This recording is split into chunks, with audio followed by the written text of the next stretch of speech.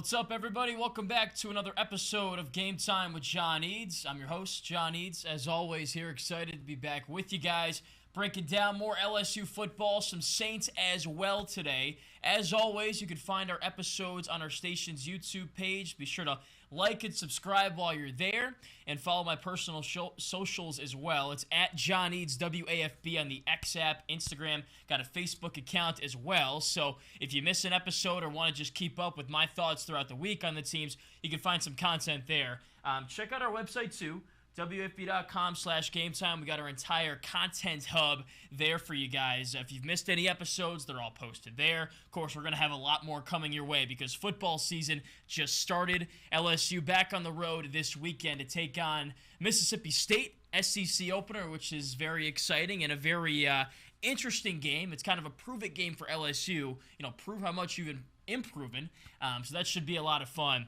And now we just got to make it to Saturday. I mean, Tuesday, Wednesday, after Monday Night Football, kind of lull days, you're like, come on, we want more football back. And you get a little bit of an appetizer on Thursday and Friday. And then, of course, LSU takes the field on Saturday. So we got some things to break down from the Grambling State game. And then, of course, the Saints win in their opener over the Tennessee Titans. So let's dive right in.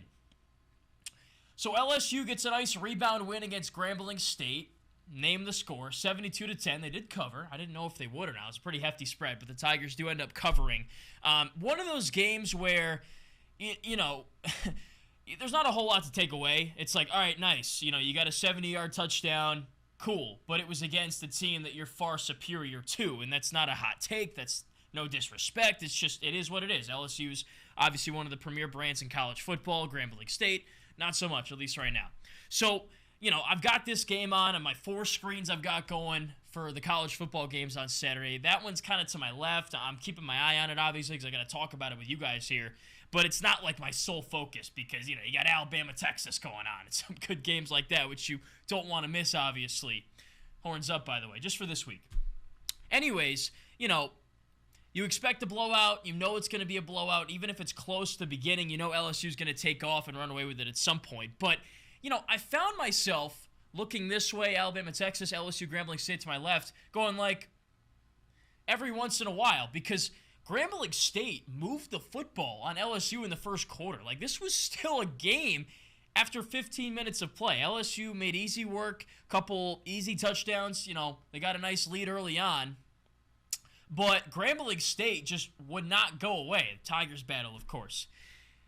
They ran the ball really well on LSU's front seven. Really, the whole defense as well, and passed it well, too. So, as a fan, you're sitting there, you're like, all right, this is going to be great. All good plays. You're not going to want to miss one because they're all going to be good for LSU. But not necessarily the case. The Tigers, the other ones, ran for, 15-yard chunks at times through some very gaping holes in that D-line. There were one-on-one balls down the sideline that were caught against these corners, one for a touchdown. The same things you saw happen against Florida State, much different than Grambling State, happened again against this team that's not even in the FBS, not in the Power 5, all of that stuff. So it got me to thinking, why is this happening?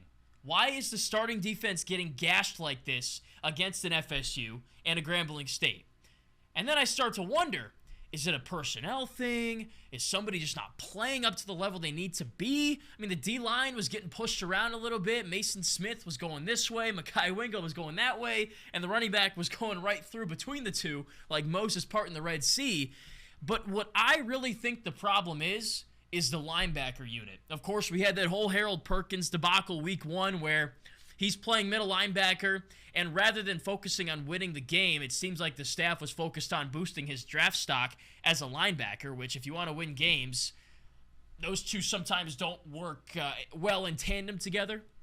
So in this game, they slot him back out to outside linebacker, where really he's stronger. So that was good. I mean, he absolutely blew a dude up on the first drive Grambling State had, like tabletopped him basically. So that's the kind of Harold Perkins we're used to seeing. But then who was playing middle linebacker? I guess it'd be Omar Spates, and he was supposed to be the middle linebacker coming into the season, the Oregon State transfer. And he was all right in the first game. He had 8 tackles. 3 of those were solo, and you'd like to have probably a few more solo tackles if you're a middle linebacker. In this game, he only had 1 tackle, and he must have gotten injured or something because he's questionable heading into this weekend's game against Mississippi State. I think that's what was missing for this defense. And even Spates himself, he's coming from the Pac-12, played at Oregon State, put up great numbers, great production. I had high hopes for this guy. But maybe he's just not that dude. Who is the Mike linebacker for this LSU defense? That is the question that needs to be asked, needs to be answered. Last year was Micah Baskerville. He's not here anymore. So who's replacing him? I guess, we all just assumed it would be Harold Perkins. And you got to be careful with assumptions. You can't just make assumptions because more often than not, what you assume doesn't come to fruition. I think we all assume that Perkins, after the great freshman season he had with, all the pressure he put on the opposing quarterback's backfields, he had 4 sacks in one game, that he was just going to somehow, some way, magically develop into a Brian Bosworth type middle linebacker in 1 year. That's not how it works. You got to log time, learn the position, get the reps, and that wasn't his role last year, though he did rack up a lot of tackles. So he's not the middle linebacker. The staff says they don't want to use him, deploy him as a middle linebacker. So who is it? Now is it West Weeks, a younger guy who has played a couple of seasons here, but hasn't played a lot of valuable time. He played in 14 games last year, but only had 28 tackles, had 6 against Grambling State. Is it him? Is it Greg Penn maybe sliding into the middle linebacker role? I don't know. This was something that needed to be addressed in the offseason. They brought in Spates. He was supposed to be the middle linebacker, I suppose. Mixed results, in my opinion. You guys may have a differing opinion. If you do, let me know in the comment section.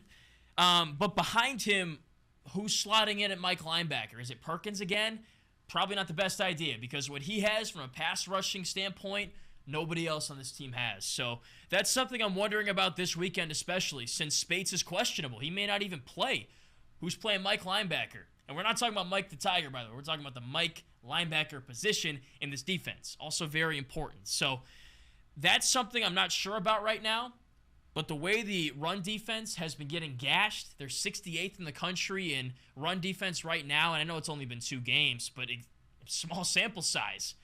You want to be a little bit better than that. I know by the end of the season, this needs to be probably a top 20 rush defense if this team wants to do much of anything on the national landscape. So keep your eyes on that LSU defense this weekend in Starkville for who's in the middle of that defense, who's the leader, who's the commander, because this defense, and really any defense in any level of football, needs a Mike linebacker. Who is it? Maybe we'll find out this weekend. So let's go to the offensive side of the ball, get a little more positive, because, hey, at the end of the day, this was a 62-point win for LSU, and while I'm still skeptical, many of you are as well, we're all really looking forward to this game against Mississippi State. And coming into the season, I'm not sure that many of us were feeling that way. We kind of looked at this as an easier SEC opener with, new coaching personnel in for Mississippi State, a lot of returning starters, but I had this team at 6-6 and then 3-6 in the SEC coming into the season. So not a juggernaut by any stretch of the imagination, but this is a game you can lose, especially if you haven't cleaned up some things like we just talked about on the defensive side of the ball and on the offensive side of the ball. What I was impressed with in the blowout win against Grambling State was Jaden Daniels at times. I know this isn't exactly how it played out, but it was like backyard football. Hey, Chris Hilton, go long. I'll hit you. And it worked. Had a long touchdown catch early in the game, 47 yards. And a lot of you on social media last week were like, where the heck is Chris Hilton? He got so much hype in the offseason. We talked about him a lot here at WAFB. Former 5-star, a guy that has spent a couple of years here in Baton Rouge now with LSU and is kind of primed for a breakout at some point with these talented recruits. If they're quiet to start, some of them transfer out, some of them don't pan out, but others just pop out, bang, out of nowhere. And Hilton this year, I think many of us thought would be the year that he does that with Brian Thomas as well. So that was a pop play, that long touchdown reception, and maybe we're going to see more of that in the future. I hope we do, because we talked about this last week on Game Time with John Eads. Check out the old episodes. Well, not really old, but last week's episodes if you missed them. The LSU offense needs a vertical downfield passing threat. Didn't see it against Florida State. What we saw were little nickels and dimes, 15, 20-yard chunks, which are good, but you have to have the capability to throw that deep ball.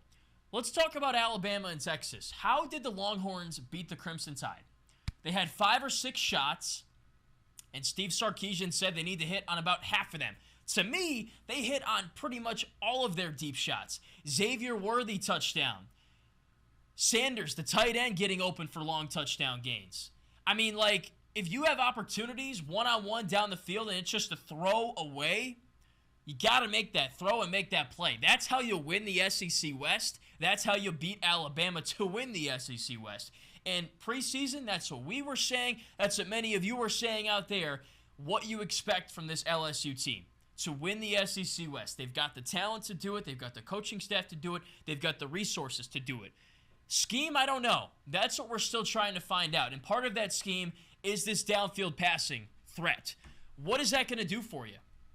Not only will it get you big gains, explosive plays, points, also opens up your run game, which, at least in the Florida State game, we didn't see a whole lot of outside of Jaden Daniels taking off, scrambling, juking dudes out, and stuff like that, which is great, but it's not what you want your primary source of rushing yardage to be. You want guys to, go for 10, even 5 yards when they're handed off the football on first down, second down to just move the ball down the field. So that's a good segue into the next positive from this game for me.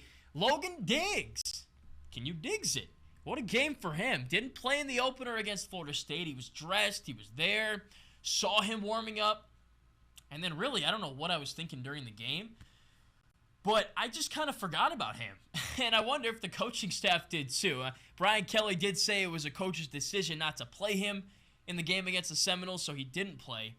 And I'm not sure that if he did play, it would have made that much of a difference because, well, Florida State scored 45 points, LSU scored 24. And I'm not sure that having Diggs in the game would have done much for this run game, the way the offensive line was playing. If, there's no holes to run through and you're not a superhuman like some of these NFL running backs are that can kind of create your own hole or find some yardage out of nowhere, I'm not sure that Diggs playing would have made that much of a difference.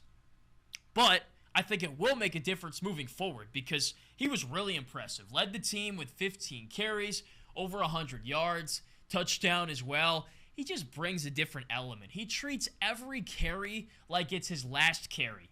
He's trying to hurdle guys to the 5-yard line when he knows pretty darn well he's probably not vaulting them, probably not getting to the end zone. He just wants to squeeze every yard he can out of that sponge before the play's over with. And he was supposed to be the starter coming into the season. It was in this magazine. Phil Steele, who talks with all the coaches before the season about getting a nice depth chart to give fans a perspective of what to expect. And Diggs was the listed starter. So I was confused as to why he wasn't much of an impact in that first game. But maybe now he's starting to take that job and run with it because I've talked about it over and over and over again. This team needs one running back, one consistent running back, and that's who they got to stick with. I think after watching this game, Logan Diggs is that guy. He's a mix of Josh Williams, Noah Cain, Armani Goodwin, Trey Bradford. I'm definitely leaving somebody out. John Emery. He's a mix of all of those guys into one smoothie. All right, so instead of having 5 different ingredients to make one smoothie, he is the smoothie. You put it in the blender, it's done. That's what Logan Diggs is. So I think he's your answer at running back moving forward. He's the guy you need to lean on, rely on. He's a bell cow, and he's got a little bit of flash and pizzazz, too, the way he can cut, the way he can be explosive and find the end zone. So I expect a heavy dosage of Logan Diggs in Starkville this weekend, and that could make a big difference for this LSU run game, which really, really needs to wake up, and we'll see if they can against Mississippi State this weekend. So stay tuned for that.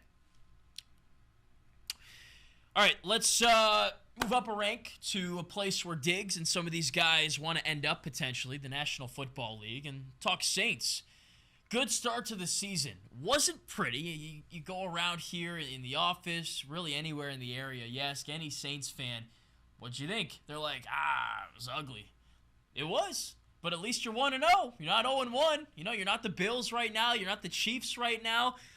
Wasn't your best game at all, and that's going to happen in week 1, but you know what? You got the win, okay? So you're 1-0.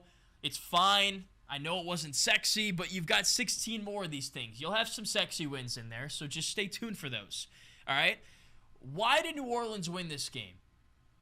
Well, a couple different reasons. I think the biggest, though, is the defense. I think if this Saints defense doesn't play the way it did and just shut down the Titans offense, I don't think you win this game. They held the Titans to 5 field goals. In key points in this game where it seemed like Tennessee had the momentum, Derrick Henry was going to go on that long run. Ryan Tannehill was going to complete that long pass. Neither of those things really ever happened to change the course of the game because Tennessee would go on these long drives sometimes. 8 plays, 9 plays, 10 plays, 11 plays.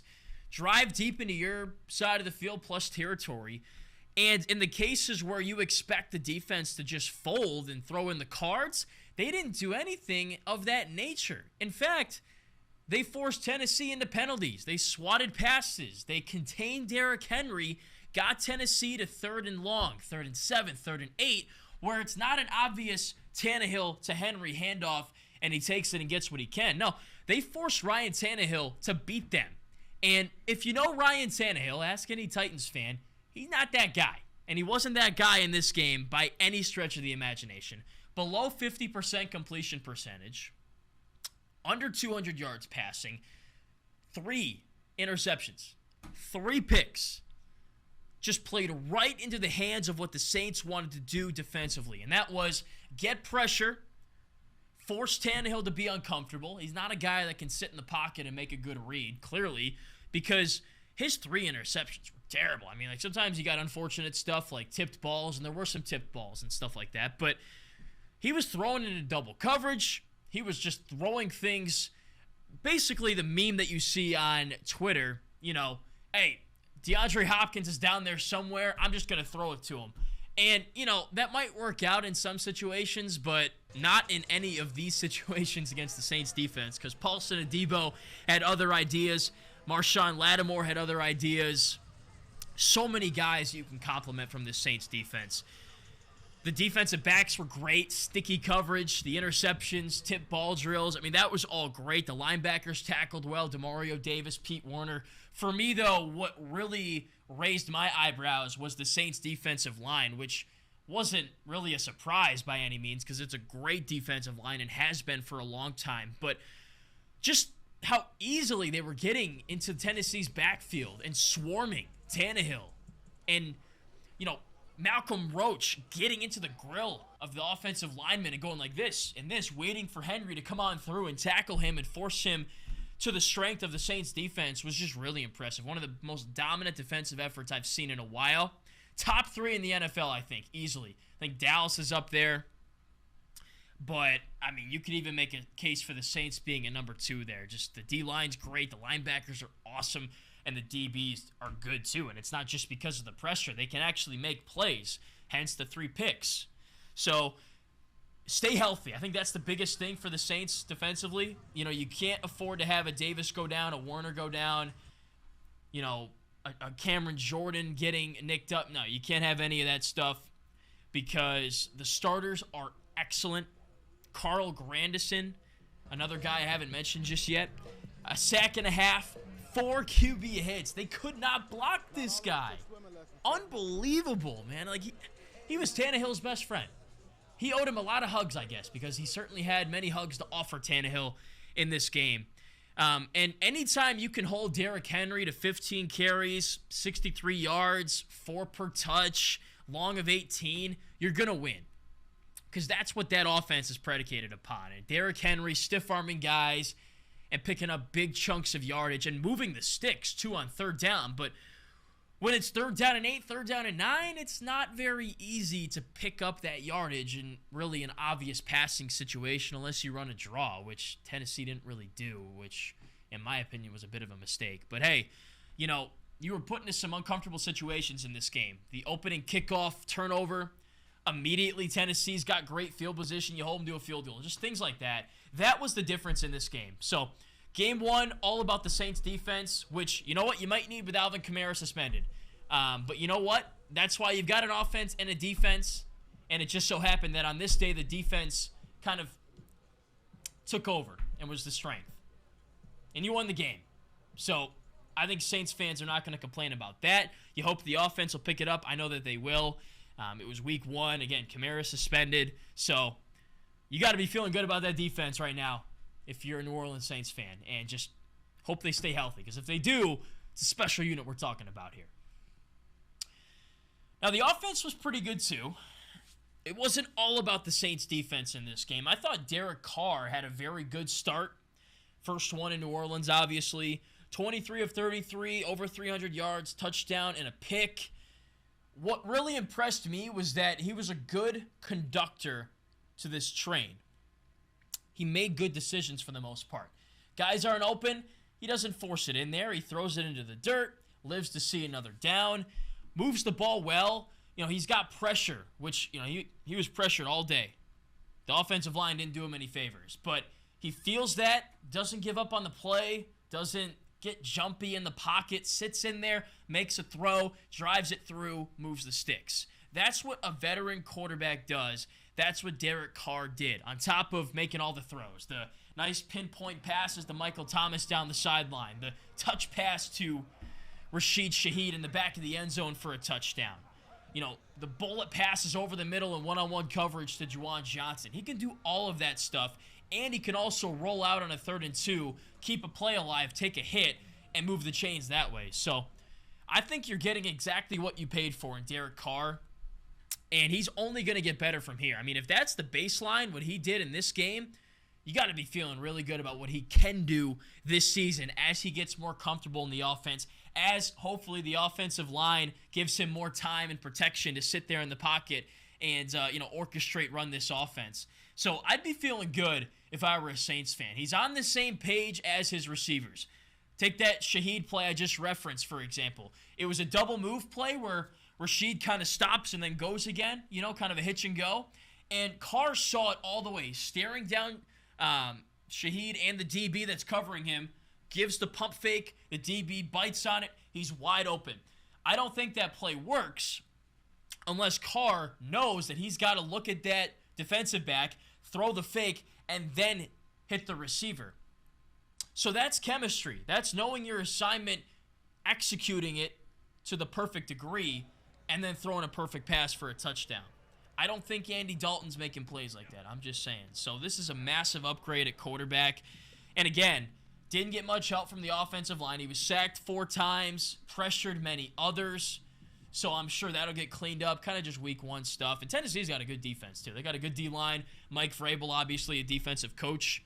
And you didn't have Alvin Kamara, too. And I think that put a lot of pressure on Derek Carr in this game. He was kind of relied upon to do more than he was in Las Vegas. And I think in this game, some of the throws he had to make, he won't have to make going forward, because with Kamara, you can do the check downs, the screens, the designed plays for him, and you get more of a rushing attack too. New Orleans didn't run the ball very well. I don't think they eclipsed the 100-yard mark in this game, which isn't surprising. Jamal Williams isn't a home run hitting running back. Kendre Miller didn't even play as far as I know.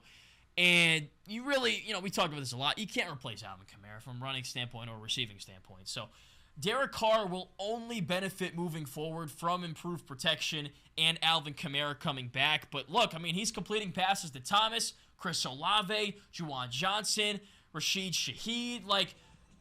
He knows how to spread the wealth. He knows how to find his targets. We didn't even see much of A.T. Perry really either. So he's not a guy that is going to, like maybe some of you thought in Las Vegas, look down Devontae Adams and throw the ball to Devontae Adams every chance that he gets. He's not a one-receiver quarterback. He will find whoever is open because he knows where the mismatches are. He's a smart quarterback. He's played in the league for years. He will identify those mismatches, find the guy that's open, go through his reads, go through his progressions, so long as he has the time to do so. And he did that in this game. He did have one bad decision, and this was the big question mark with Carr, was decision-making, because he had a lot of picks. Really, he's thrown a lot of picks every year he's been in the NFL. One in this game, a bit of a head-scratcher. Down the stretch of the second quarter there, almost halftime. 3rd and long. Maybe just a case of wanting to be too aggressive, trying to just get too many yards and kind of force a play that's not there. He threw it into double coverage in zone. Receiver wasn't open. It was really an easy interception for the defender who just kind of baited I think Carr into throwing the interception. He's up in zone, then he just jumps back real quick, gets hands on it, easy work. So I think that's a learning lesson there for Derek Carr, that he doesn't need to be Superman anymore. And in a game like this, points are at a premium. You won by 1, a lot of field goals in this one. So he's got to be smarter there and kind of know the situation. Hey, in other situations, he did, make the better decision and kind of just get rid of the football, live to see another down. In that situation, on 3rd down, kind of do or die, field goal or nothing, or get the first down or nothing, he's got to know, all right, can't throw that one in there. He's not open. I'm not even going to risk it. Let's just throw this away, take our 3 points, go to the second half. In a game that our defense is balling, you have confidence in the defense, so you can't throw that pick. Didn't cost him really in this game. But the reason why I'm mentioning it is because it might, in the bigger, higher stakes games down the road, in games where, points are at a premium, and you can't afford to just throw some away with an interception, literally. So, overall, though, Derek Carr, very happy with his debut here in New Orleans. I think you should be as well. But let me know in the comment section if you think otherwise. And again, be sure to like the video and subscribe to the channel, and we'll see what he can do in Week 2 and then Week 4 when Alvin Kamara should be back for the Saints. That's only going to help this offense. So that wraps up the episode. Nice to have the Saints back in the mix there, breaking down one of their games. They're 1-0, LSU won, so all good things this week. The games are going to get harder, though. We've got another episode coming out on Thursday. We're going to dive deeper into previewing LSU and Mississippi State. Then the Saints have the Packers this weekend, too. So we got some more stuff to talk about. We don't have a shortage of topics. We do have a shortage of time because we want to get you guys in and out of here in about 20 minutes or less, and we will do that right now. So thanks for watching. Again, like the video, subscribe to the channel. All of our content's right here on this website. Also, all the info is down in the description box below, too, if you're on YouTube here, so you can find it all there. And all my social media accounts are there, too. Be sure to follow me and interact with me. I'm very interactive. I will, comment back at what you guys send me. Any of your thoughts, feel free to leave them, whatever you want to do. But till Thursday, catch y'all then. Thanks for tuning in.